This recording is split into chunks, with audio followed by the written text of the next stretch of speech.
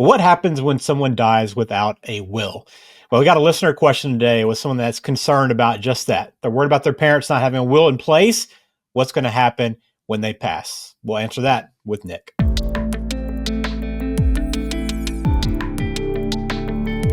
Welcome into Complete Estate Planning. Ben George with Nick Rosenbauer of the Rosenbauer Law Office there in the greater Cincinnati area. We got a question we're going to answer today, Nick, that came in, and it's a good one. I wanted to start by reading it off to you, and then we'll kind of break it down from there. So here it is. My parents refuse to get their will done despite my protest and keep stating that you all will figure it out after we're gone. Oh, no. But what actually happens when someone dies without a will? Does the state take everything? Who makes the decisions? How bad will the mess be for me to clean up? So, Nick, I don't know how much you run across these situations where you have a child that's worried about their parents getting their wills done, but man, it's not too comforting to hear. You'll figure it all out.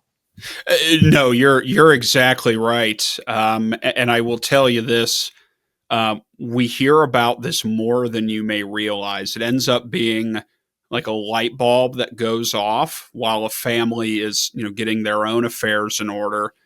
And then, they get towards the end and they realize how much better they made this for their family and how much, how they've enabled the right people to take care of things. And then it naturally, just a lot of times if their parents are still alive will make them think, I wonder what my parents have set up. And they may ask their parents. I've had people, they'll go through this with me. And then by the end, they said, I asked my dad over the weekend, if they have their affairs in order, because obviously it's top of mind for me right now. And you're making me think about all these things. And now selfishly, I'm thinking, I wonder how well my parents have set it up for me because I may be the handler in the family.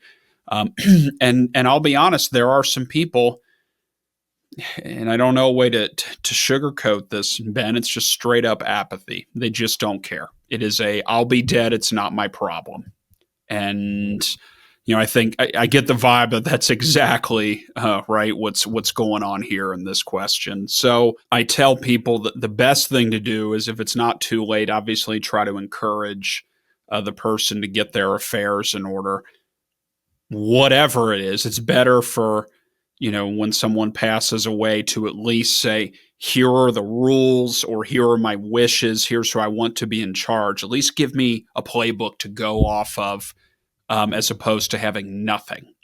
Now, that being said, obviously there is a process for how we get things settled if someone passes away without a will, because over 50% of people die with nothing. As far as an estate plan. That's pretty high. It is nuts, but there obviously has to be a process in place for something that happens over 50% of the time. Mm-hmm.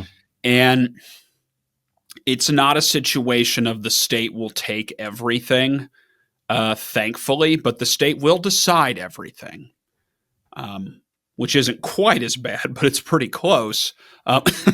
So what ends up happening if someone dies with nothing, no plan, that's known as dying intestate.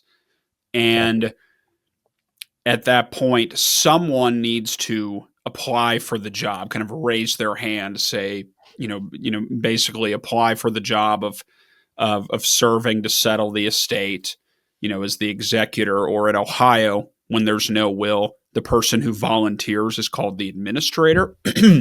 And then, the judge will approve someone. Hopefully there's only one person who wants the job and there's no fighting. But if there's like 3 people who apply for the job, you can run into some issues. Then the judge has to pick their favorite. And, that can certainly cause bad blood when all 4 siblings are raising their hands saying, I'm the best. So you can probably don't need to imagine, put your imagination too far to realize how that's going to play out. And then as far as the inheritance plan go, thankfully it's not something where the state takes everything, but what is known as intestate succession.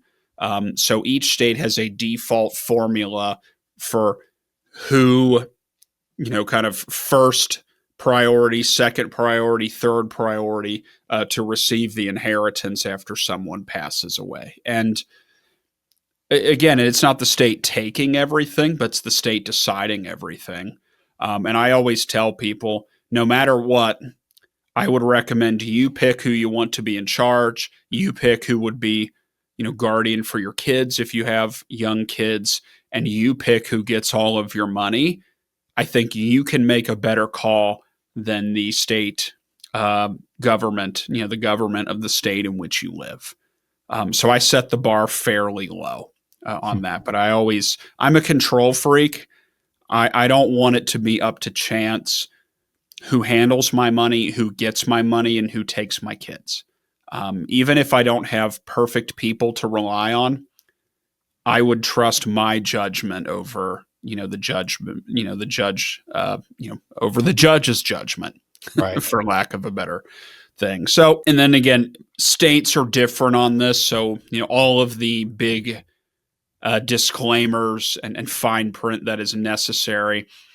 But typically, first level, if you are married, will be a combination of spouse, if your spouse is alive, or spouse and children, if not all of the children are joint.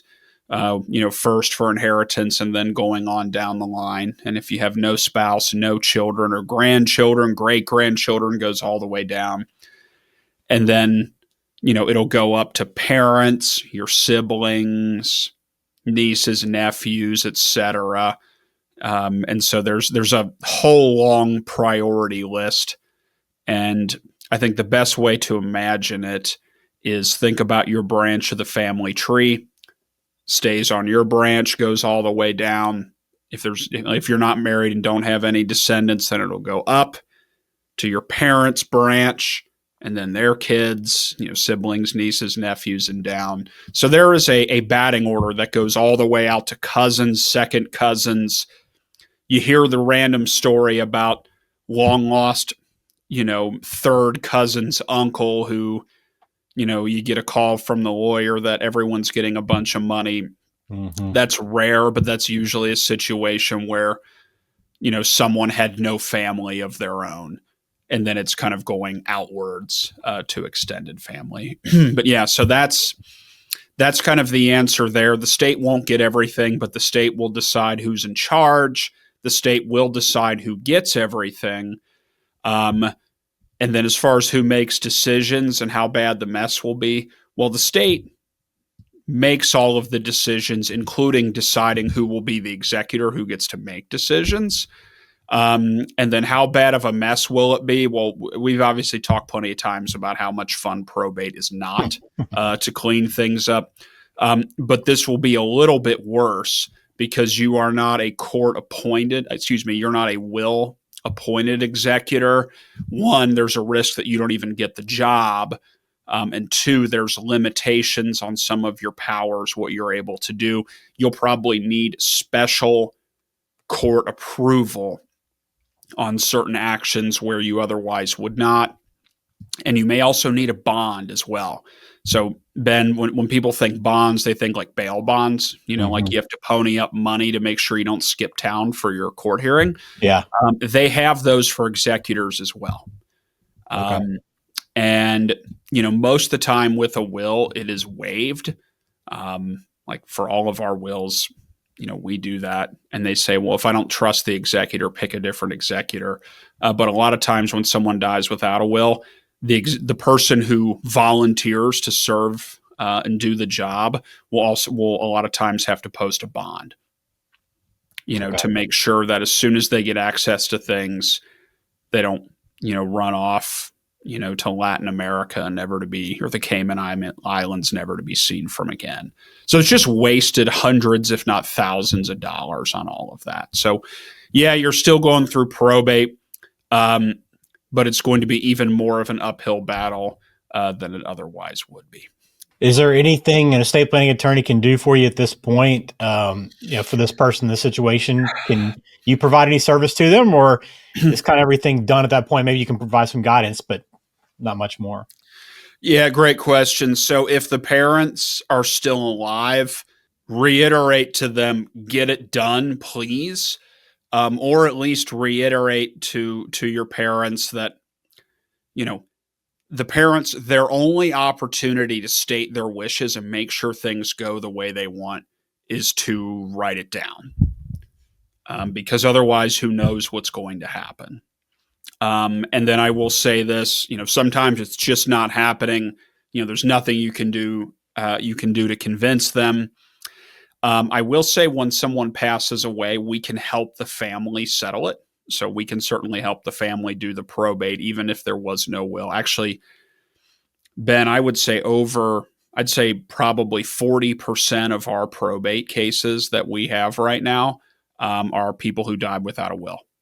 Okay. Wow. It is much higher than you would realize. Now, we have a little bit of a higher mountain to climb, but we can certainly help. We do that type of work all the time. Okay. Well, great question. And obviously not an uncommon scenario, as you pointed out. There's a lot of people in this position. So you can encourage your parents or your family member, whoever that is, to get the will done and get their wishes in order, right? That's important. But if you have questions for Nick, you can always reach out, CincinnatiEstatePlan.com. That is the website, and you'll learn a lot more there. You'll also be able to schedule a time to meet with Nick there as well. But encourage you to get this done. And if you have any questions, go through the podcast, past videos. We answer a lot of those here, but it's always best to go directly to the source, and Nick can always help answer those questions for you. So thanks for watching this episode. Appreciate the questions. Send them in, leave comments. We'll be back again soon with another video, so stay tuned. Are you feeling overwhelmed by estate planning? The process can seem complex, but it doesn't have to be. The Rosenbauer Law Office is dedicated to helping you protect what matters most: your family, your assets, and your peace of mind. Nick and the team will guide you through every step of the process, making sure you feel confident and informed along the way. Take the first step toward peace of mind today. Schedule an introductory call by clicking the link in the description of today's show.